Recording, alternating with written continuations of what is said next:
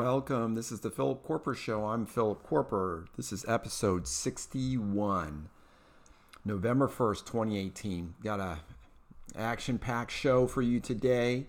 Lots of fast-paced stuff. I wanted to lead off with Secretary Nielsen of the DHS. She's decrying a crisis at the border from catch and release. The Department of Homeland Security is sounding the alarm, this is a Fox News story, over what it calls an unprecedented crisis at the border, stemming from the catch and release loopholes that allow some illegal immigrants to remain in the country as a migrant caravan of almost 4,000 people makes its way towards the U.S. She said, Secretary Kristen Nielsen released a statement, and she said smugglers and illegal migrants traveling with a minor or as minor to the U.S. has increased exponentially in the past year, claiming some of the migrants know how to take advantage of the system in place. Knowledge of these loopholes has led to dramatic transformation in the population of those seeking to enter our country illegally. Okay, are Americans supportive of illegal immigration? No, they're not. This is a huge win for the Republicans. They are standing firm on illegal immigration. As I've mentioned before, the Democrats have, they are not openly say that for open borders and illegal immigrations, but they do support it. And they support sanctuary cities. In San Francisco, they're allowing illegal aliens to vote in the school board elections. They're very pro-illegal immigrant. They're very supportive of illegal immigration and illegal immigrants. And why? They want power. These illegal immigrants, once they become citizens of the United States, and that's what the Democrats are advocating, the numbers are upwards to 20 million. This is an incredible political force that, since these illegal immigrants most likely will vote Democrat. Overwhelmingly, they vote Democrat. I have friends who are from Mexico and other countries in South America, Central America. They're here, they're working, they came here legally. They are against illegal immigration. Totally. Most people are against illegal immigration. So Donald Trump is being very firm on this. He'll send more troops down there to help secure the border. General Mattis was asked, is this a publicity stunt? And I love how Secretary Mattis's respond. Defense Secretary Jim Mattis, he said, "We do not do stunts in this department. Thank you." Short and sweet. Oh, I love it. Oh, love it. We need to be strong on our border. Boy, is this an advertising campaign? This horde coming up in Mexico, being escorted by the Mexican police. Is this a billboard advertisement for building the wall? Yes, we need to build the wall. We need to secure that border. And then we can work on making some changes with our immigration. But we can't do that until we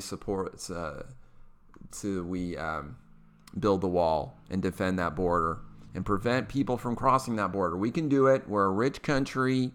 It's well worth the money to spend to defend that border.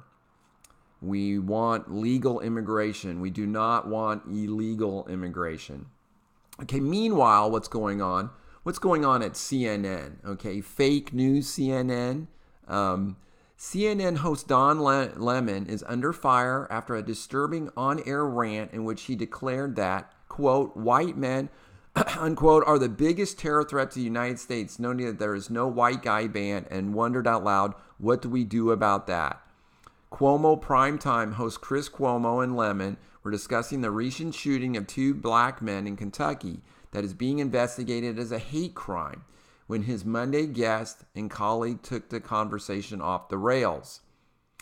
I keep trying to point out to people not to demonize any one group or any one ethnicity, but we keep thinking that the biggest terror threat is something else, Lemon said. Some people who are marching towards the border like it's imminent.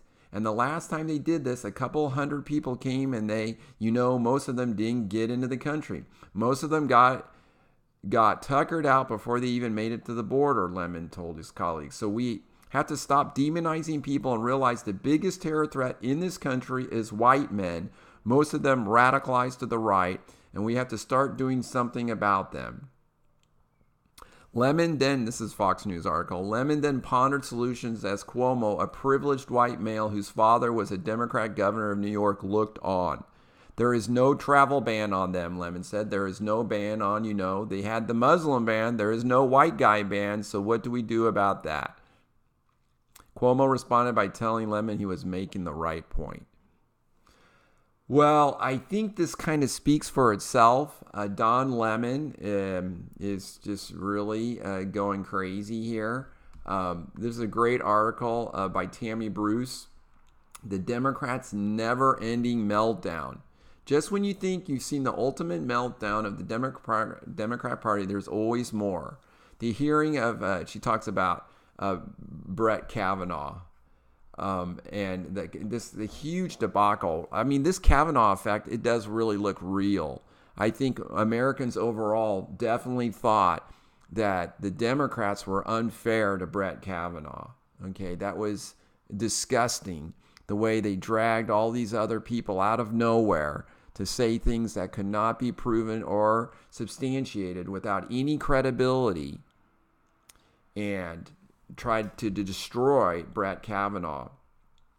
So Tammy says, obviously, new narrative for the Democratic Party and their enablers is the insane insistence that President Trump is responsible for the horrible Pittsburgh synagogue massacre and is dangerous and a horrific artifact of desperate people who seek to use every human crisis as a political opportunity. I'm going to talk about that a little bit later.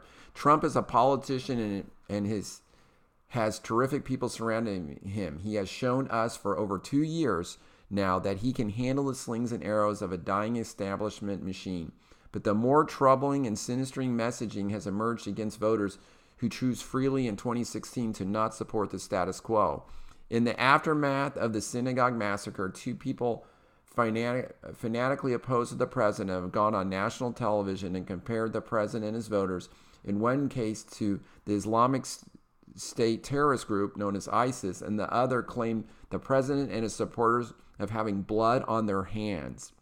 On Monday at CNN, just 2 days after the synagogue horror, GQ columnist Julia Ioffe made headlines. During a debate segment, she said, I think this president, one of the things that he really launched his presidential run on is talking about Islamic radicalization. And this president has radicalized so many more people than ISIS ever did.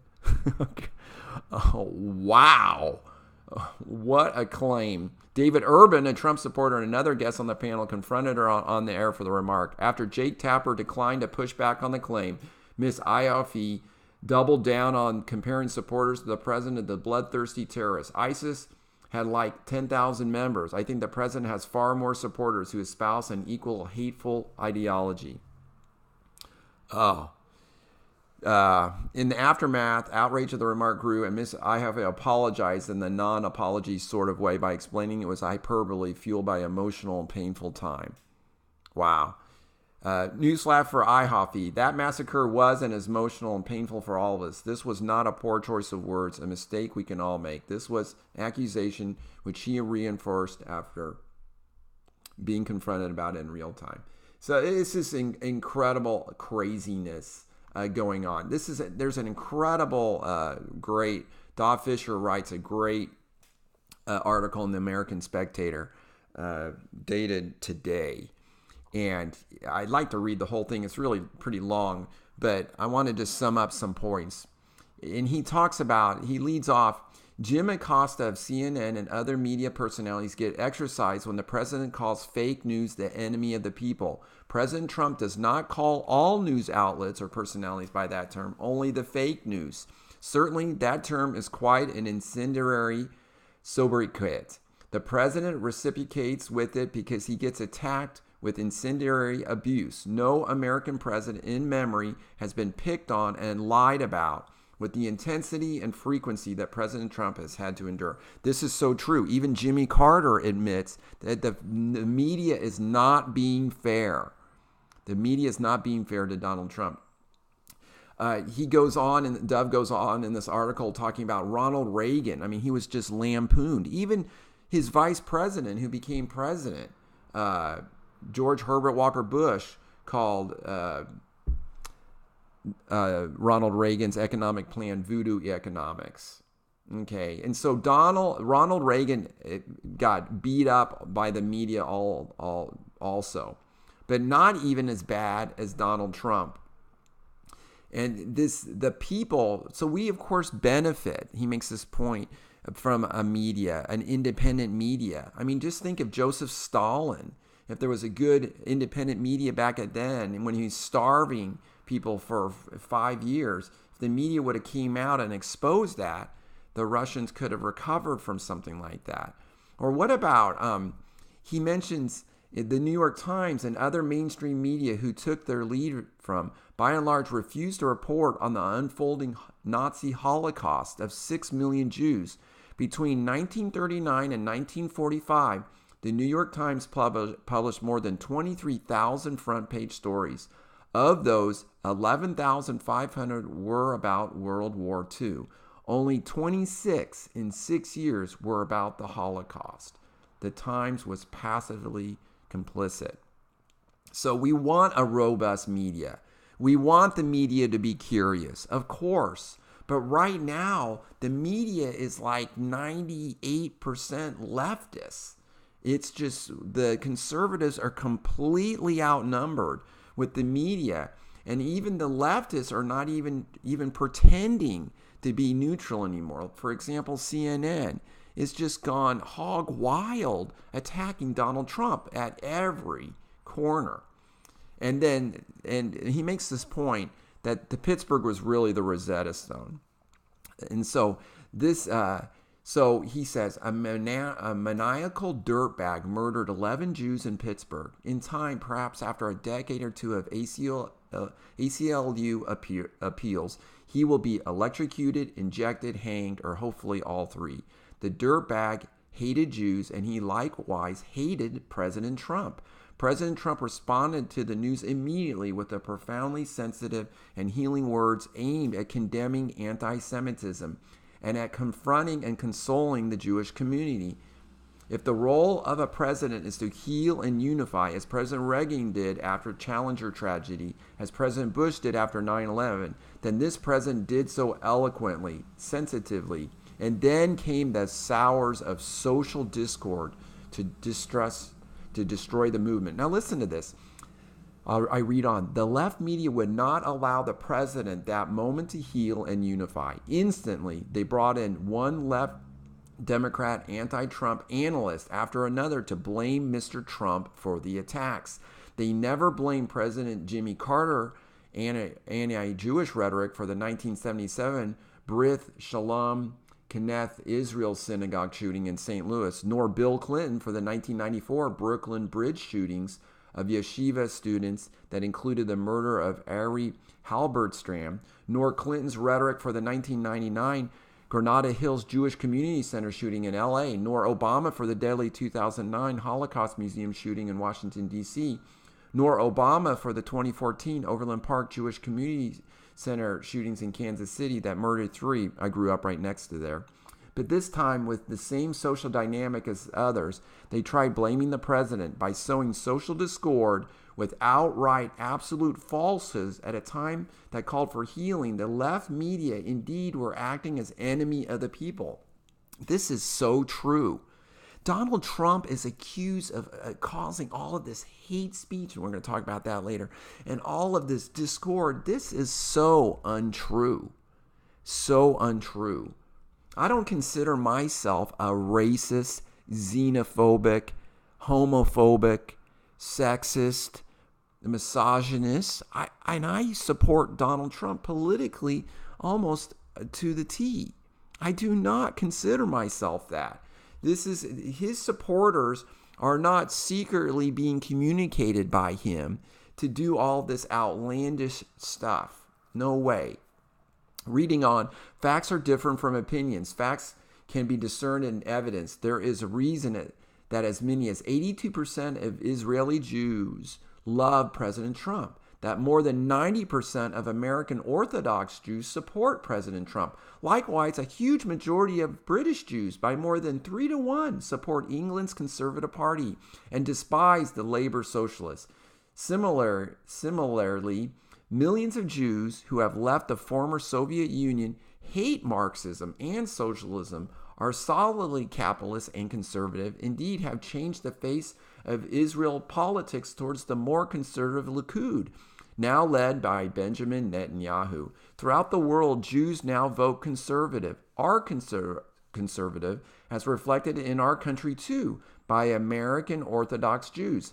The Independent Pew Research Center has found that the Orthodox Jewish community will be predominantly Jewish community in a few decades as the others disappear. Just as the voting patterns of the American Deep South have changed 180 degrees from Democrat to Republican in the century since the Civil War, so is the American Jewish metamorphosis now on pace to synchronize with every other Jewish community in the world, which has moved towards conservatism. This is great. And this guy is a devout Jew. It's great. But I mean, these headlines, he quoted these headlines after Pittsburgh. You are not welcome, Jewish community leaders do not want President Trump to come. Pittsburgh Jewish leaders tell Trump to stay away unless he denounces white nationalism. Trump not welcome in Pittsburgh after synagogue shooting. Pittsburgh Jewish leaders tell Trump to denounce white nationalism. This is just unbelievable fake news. These headlines are completely false and misleading. I read on. All these stories thereupon cite this same insignificant radical fringe, bend the arc statement. Honestly, if there still is such a thing as honesty, that is outright fake news. I know the American Jewish community. I have been a vice president of the Zionist Organization of America, a congressional rabbi for decades, sat for 6 years during the past decade on the executive committee of the Rabbinical Council of America, have sat on committees of Jewish federations and boards of Hillels, have a whole group. This group that was speaking out against him is this incredibly crazy little group that is not even serious, okay? Not even serious. He mentions that in this article. And so the rabbi of the synagogue, the Tree of Life synagogue, personally invited the president. Okay. So this feeling that the Jews did not want him to come to Pittsburgh is a total lie. Total lie. So anyhow, this article is awesome and goes on and on. But this group, here I found it. The thing is, the radical leftists do not want the president to visit anywhere, just as they are rabidly left Catholics, not to mention the more mainstream leftists Nancy Pelosi, Joe Biden, and the Kennedys, and rabid leftist Protestants. These are the rabid leftists. Within the normal mainstream American Jewish community, Bend the Arc is a joke off the charts. Their CEO started off as a sex club dancer. Kotler, who identifies as queer, recounted how a lesbian couple invited her to the event. She did a table dance for them at what she refers to as a sex club. Okay, so this is a leftist fringe group that issues this statement, and I'm reading on. And the fake news left media then falsely reports that the Jews of Pittsburgh, not some Jews, do not want the president to visit. Okay, incredibly misleading. So I think he makes a great point about this is the enemy of the people. This, these news outlets that take a fringe group and then pretend to distort that, to take this itty bitty little Jewish fringe group full of wackos and then make it sound like the whole Jewish community in Pittsburgh wants nothing to do with the Donald. That is just really crazy stuff. So such a great point on this. And I'm really glad he pointed it out. James Wood, moving on, James Wood has tweeted about Barbara Streisand. I don't know if you guys heard about this, but she may move to Canada if the Republicans keep the House. And she tweets, "I'm just so saddened by this thing happening to our country. It's making me fat. I hear what Trump said now, and I have to go eat pancakes now. And pancakes are very fattening. Hashtag fat ass Trump's fault." Oh, God. You guys, that's Barbara Streisand. She's really upset. Donald Trump's forcing her to eat pancakes. I love pancakes. It's forcing her to eat pancakes. And now she's fat. So she is going to blame Donald Trump for being fat. Unbelievable. Moving on to Andrew Gillum and the contest between him and the Republican DeSantis.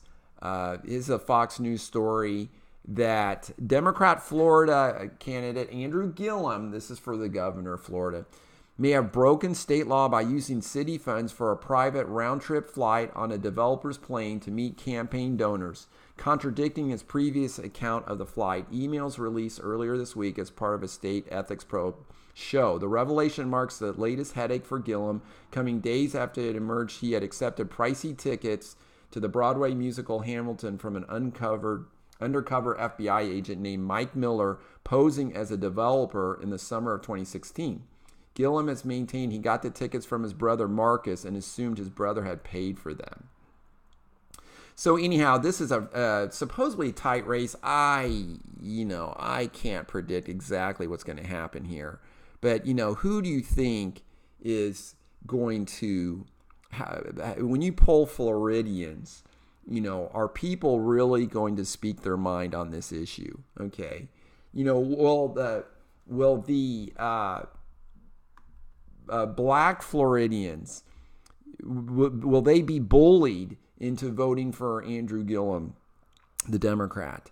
Who knows? Or the Republican minorities, will they want to speak out? Okay. Will those identity groups force them or bully them if they speak out? Of course. Okay, there's a lot of pressure. There's a lot of bullying going on in politics right now, yelling and screaming at each other, people knocking off hats of others, lots of things going on. So these polls in Florida saying that this race is really close. I don't know. I'm glad that Trump has gone down to help Ron DeSantis and to poll for him. I want to talk about what Judge Napolitano said, and I want to move to this birthright citizenship. I think that Donald is just so brilliant about bringing this up right now. He's brought it up before, birthright citizenship. He talked about anchor babies during the campaign. Harry Reid, the former Democrat majority leader of the Senate in 1993, went on to talk about how we have illegal aliens in this country, and then we reward them by allowing their children to be United States citizens entitled to all of the benefits and all of the social programs. And he said, which we have many of all the social programs. So what happened here is the 14th Amendment was right after the Civil War, and the South were not recognizing slaves as citizens. And so this amendment it said all persons born or naturalized in the United States and subject to the jurisdiction thereof are citizens of the United States. So this applied to the blacks. So this has been litigated since then. Like, what does this really mean? Does this include like the Indians? Oh, no, it didn't. And so there was and then before that, and so the Indians, we had to have the Citizen Act of 1924 to make it that the Indians born in the United States were citizens. This is a great article on Fox News Opinion. It's by Hans A. von Spakovsky, and it's entitled, Trump is Right, Ending Birthright Citizenship is Constitutional. So, Judge Napolitano is giving Trump a hard time because he says he was sworn to uphold the Constitution, and the 14th Amendment says in there that everyone born here is a citizen, and this jurisdiction, the subject to the jurisdiction thereof, well, that's always applied for 150 years. That is mean to people who are living here. So Trump is really totally wrong on this, and he should stop the hate speech. And I'm going to talk a little bit about that here in a second, too. He should stop the hate speech and just stop this. I mean, I think Judge Napolitano is totally incorrect from what I've studied on this.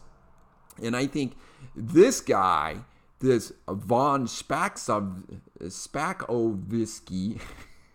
so sorry, can't get the name right, is totally right. Okay, and so and he reads, he's talking about Trump on Tuesday is preparing an executive order to end birthright citizenship. Okay, and so some of the left conservatives are in uproar about this. An executive order by President Trump ending birthright citizenship, I'm reading this now, would face a certain court challenge and would wind up in the Supreme Court. But this guy says that that the Supreme Court has interpreted the 14th Amendment wrong. Okay, and a lot of people look at this one, I'm not a lawyer here, but I've been studying this and reading about this. And there's this case, this where is it in here? There's this one case that a lot of people cite here, which I can't. Here we go. Well, anyhow, there was one case in 1889 where they ruled that these guys did get citizenship, but he says that was misinterpreted. So basically, what's going on here is that the 14th Amendment says that all persons born or naturalized in the United States and subject to the jurisdiction thereof are citizens. The second critical conditional phrase is conveniently ignored, okay, and misinterpreted as birthright citizenship. First of all, very few countries give birthright citizenship. So this author and many other people feel like the 14th Amendment has been misinterpreted. And then our immigration laws just copy and paste the 14th Amendment into their laws. So for example, people who, like diplomats, if they're over here in the United States and they have kids here in the United States, they're not American citizens. No, they're born here in America, right? But no, they're citizens of their own country. Just like if you had a child in some other country, that child would be an automatic American citizen because you're born of American parents. And so this is definitely not something that has not, there is debate over this birthright citizenship. There is debate over this 14th Amendment, and does it really spell out birthright citizenship from illegal aliens? No, it is unclear. It is totally unclear. And so, here's this article. This is what I was trying to find before. Most legal arguments for universal birthright citizenship point to the Supreme Court's 1898 decision in U.S. versus Wong Kim Ark. But that decision only stands for the very narrow proposition that children born of lawful permanent residents are United States citizens. And then this author claims that was misinterpreted. It was incorrect. So the Supreme Court will probably have to look at this again. It looks like many people think that this amendment has been misinterpreted. So we are not following the Constitution, that this is not, birthright citizenship is not a legal right, and that it should not be heeded, and that illegal aliens, when they have children here, they should not automatically be citizens in the United States. And so Donald Trump is right. I think he's right on this. And all he has to do is make an executive order. Of course, that will be challenged immediately by some leftist judge, and then it'll probably go all the way to the Supremes. And then hopefully the Supremes will interpret this amendment as it should be interpreted and will not give illegal aliens the right, their babies, automatic citizenship. I want to talk about hate speech. The definition of hate speech, here's one definition in Wikipedia, is speech that attacks a person or group on the basis of attributes such as race, religion, ethnic origin, national origin, sex, disability, sexual orientation, or gender identity. And so one thing I didn't mention in the Gillum story is towards the bottom of this story, it mentions, let's see if I can find this. And this is just, let's see, Andrew Gillum has accused his opponent, Ron DeSantis, of racism, okay, and making attacks against him. So it's basically the bottom line that I'm reading here is that, here we go. The mounting charges against Gillum led President Trump to call him a stone cold thief. An exclusive interview Monday on Fox News. No, I love it. The Donald's just going to let you have it. He's going to let you have it. Stone cold thief is what he said. Critics accused the president of racism and making a racially loaded attack. Now, I think, was it Ron DeSantis who said something about where we were monkeying around and stuff? And then they called that racist against Andrew Gillum. I mean, this is extremely frustrated. Can we make any kind of political argument against Andrew Gillum and not have to worry about the color of his skin? And that we're just going to be called out. Anyone who disagrees with you, you're going to just call them a racist. Okay, now if they're a different gender, you'll call them a sexist.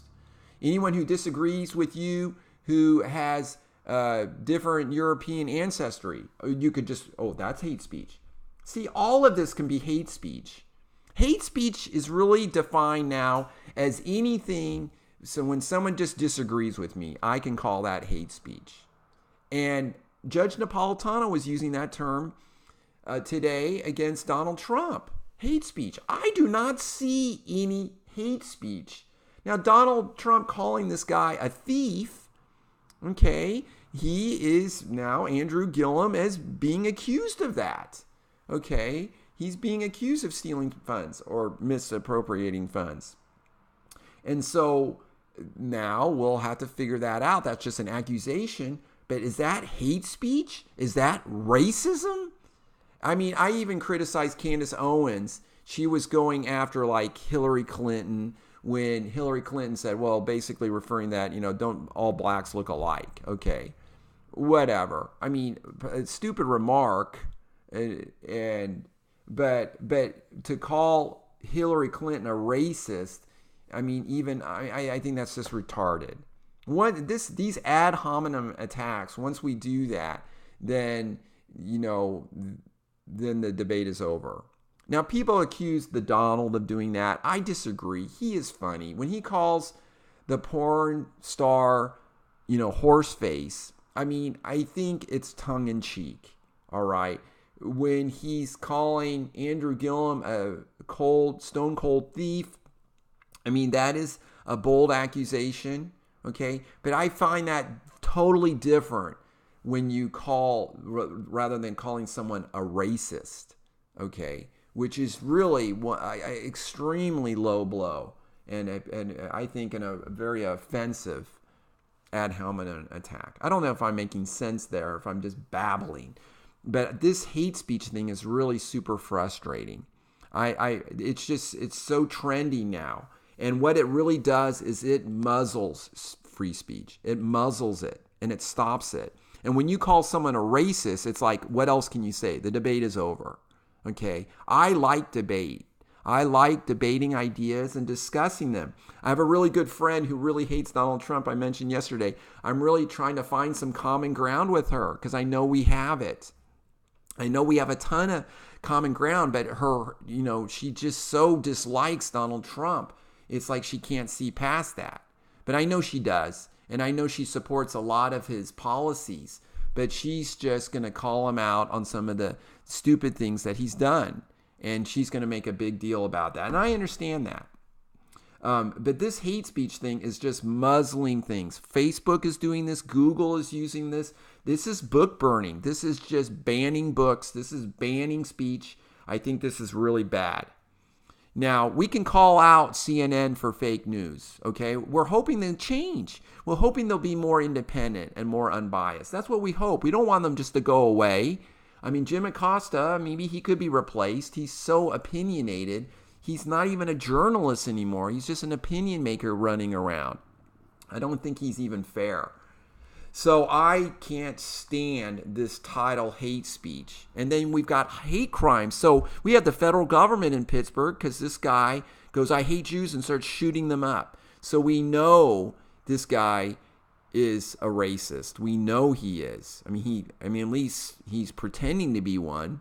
He's acting like one. And so the federal government gets involved because of that. I don't like the federal government being involved in things unless they're supposed to be involved in. So anyhow, that's kind of dumb. You have to just read people's minds. But this guy wrote down a bunch of anti-Semitic stuff. So we know this guy is a Jew hater. And so anyhow, that's the federal government getting involved because now we have hate crimes. Okay, I think it's a slippery slope. This is the last story I wanted to close on, and then I want to close with a great scripture. I've been thinking about this a long time, and this is just an article about when Trump signed the $55 billion program to replace VA choice program. So I was studying this, and he did this in June. And so basically, Donald Trump, there's the big scandal over the VA hospital stuff and all the problems with the VA hospital. I really think we should transition the VA hospital to a private system. I think it'll be better served. I think our private hospitals and charity hospitals in the United States are awesome, the best in the world. I think our veterans should get the best health care in the world. I have trained in VA hospitals before. I don't think they're as good as private hospitals, in my opinion.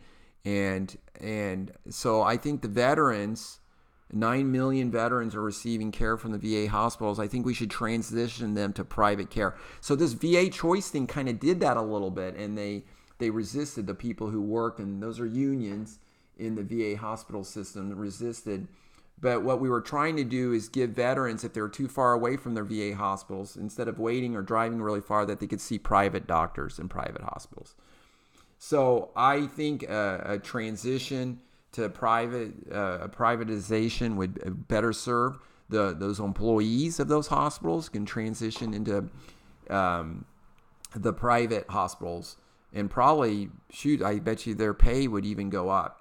And the veterans would get better care. I love our veterans. I love the men who serve and women who serve in the armed forces. So grateful for our military. I pray for them daily, and have had family members. I had an uncle who went to the Naval Academy and fought. I've got a cousin who was an Air Force general. Just very grateful for those men who've served. I wanted to close with a great scripture that I had read this morning, my scripture study. Should all give us great encouragement. Philippians chapter 4, verse 13. I can do all things through Christ, which strengthen me. This is Philip Koerper. This is the Philip Koerper Show, copyright 2018. Thank you guys so much for listening. You can subscribe on iTunes and SoundCloud, or watch the video at the Philip Koerper Show on YouTube. Have a great day. Thanks. Bye.